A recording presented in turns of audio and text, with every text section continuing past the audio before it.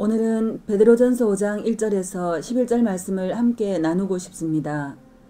최근 저희 딸이 직장을 그만두게 되었습니다.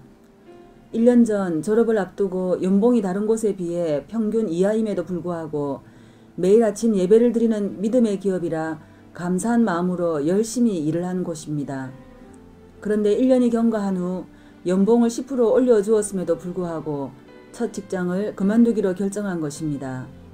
여러 가지 이유가 있었지만 가장 주된 이유는 매일 있는 아침의 예배가 부담으로 다가오기 시작한 것이라 합니다. 왜 그렇게 된 것일까요? 들어갈 때는 매일 아침 예배를 드리는 곳이기에 그곳을 선택하여 들어갔는데 이제는 매일 아침의 예배가 원인이 되어 그만두게 되었다고 고백하는 것입니다. 해오던 일은 본인의 전공과 적성에 맞는 디자인 계열의 일이라 하루 종일 일해도 지칠 줄 모르고 즐겁게 일할 수 있었음에도 불구하고 말입니다. 함께하는 직원들과도 좋은 관계 속에서 서로의 희노애락을 나눌 수 있었다고 합니다. 그렇다면 매일 아침의 예배가 왜 문제가 된 것일까요? 저는 자녀를 책임 맡은 어머니로서 자녀에게 문제가 있는 것은 아닌지 먼저 살펴보았습니다. 물론 당연히 있었지요. 그 과정을 극복하지 못하고 그만두려고 하는 것은 올바른 태도가 아니라고 생각되었습니다. 그러나 오늘은 그 포커스를 기업 실업을 책임 맡고 있는 분들, 즉 리더에게 맞추어 보고자 합니다. 말씀을 사모하여 선택하여 들어간 기독 실업의 젊은이들이 왜 하나 둘씩 그만두고 나가는 것일까요? 왜 기독교 기업들의 직원 이직률이 높아만 가는 것일까요? 왜 그런 현상이 생기는 것일까요? 비슷한 일을 하고 있는 비기독교 사업체에 비해 연봉이 낮다는 것은 이미 알고 들어온 것이기에 그것이 원인이 된다 할지라도 주 요인은 아닌 것으로 보입니다. 그렇다면 무엇이 문제가 된 것일까요? 처음에 은혜로 다가온 매일의 예배가 왜 부담으로 다가오게 된 것일까요? 그것은 오늘 본문의 말씀에서 찾아보았습니다. 베드로전서 5장 1절에서 11절 말씀입니다. 너희 중 장로들에게 권하노니 나는 함께 장로된 자여 그리스도의 고난의 증인이요 나타날 영광에 참여할 자니라. 너희 중에 있는 하나님의 양무리를 치되 억지로 하지 말고 하나님의 뜻을 따라 자원함으로 하며 더러운 이득을 위하여 하지 말고 기꺼이 하며 맡은 자들에게 주장하는 자세를 하지 말고 양무리의 본이 되라. 그리하며 목자장이 나타나실 때에 시들지 아니하는 영광의 관을 얻으리라. 젊은 자들아 이와 같이 장로들에게 순종하고 다 서로 겸손으로 허리를 동이라. 하나님은 교만한 자를 대적하시되 겸손한 자들에게 은혜를 주시느니라.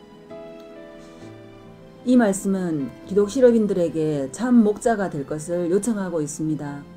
직원들과 함께 일터에서 하나님 나라를 이루어야 할 기독 실업인들은 목자라는 것입니다. 요즘 일터교회라는 용어가 회자되고 있습니다. 교회와 가정에서뿐 아니라 일터에서 하나님 나라를 이루어야 한다는 것이지요.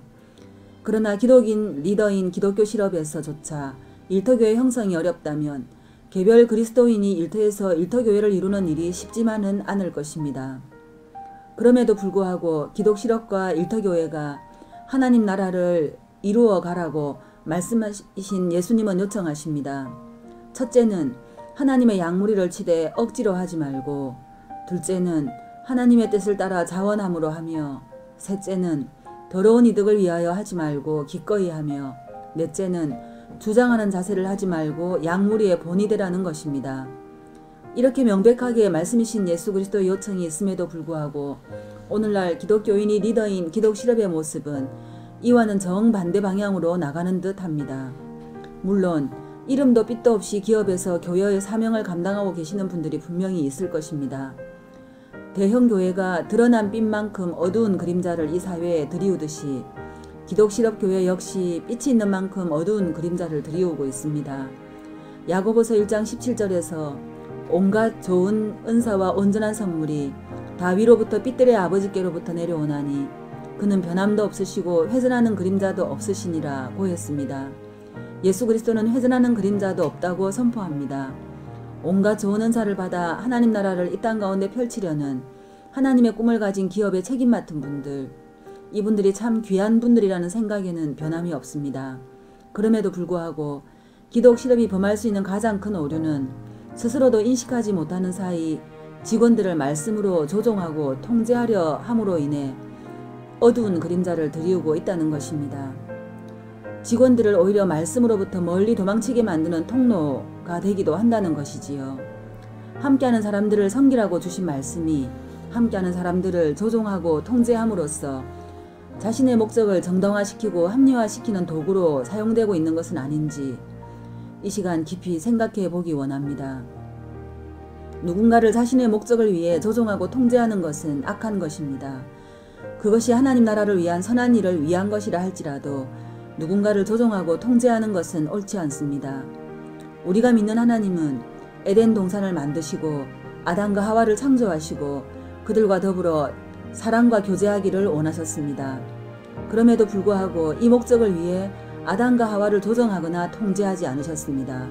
그것은 하나님의 성품이 아니기 때문입니다. 하나님의 의도를 떠날 수도 있는 위험을 감수하셨습니다. 그것이 하나님의 성품이기 때문입니다.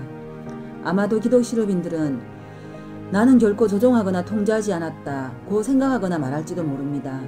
그러나 오늘날 기독 실업에서 사회에 첫 발을 내디딘 수많은 그리스도인 젊은이들이 그들이 만나게 되는 현실은 결코 선하지 않습니다. 긴 시간을 인내하며 악을 손으로 갚으려는 젊은이들의 피 흘림이 너무 많아 그들의 울부짖음에 하늘에 상달되는 일이 없어야겠습니다.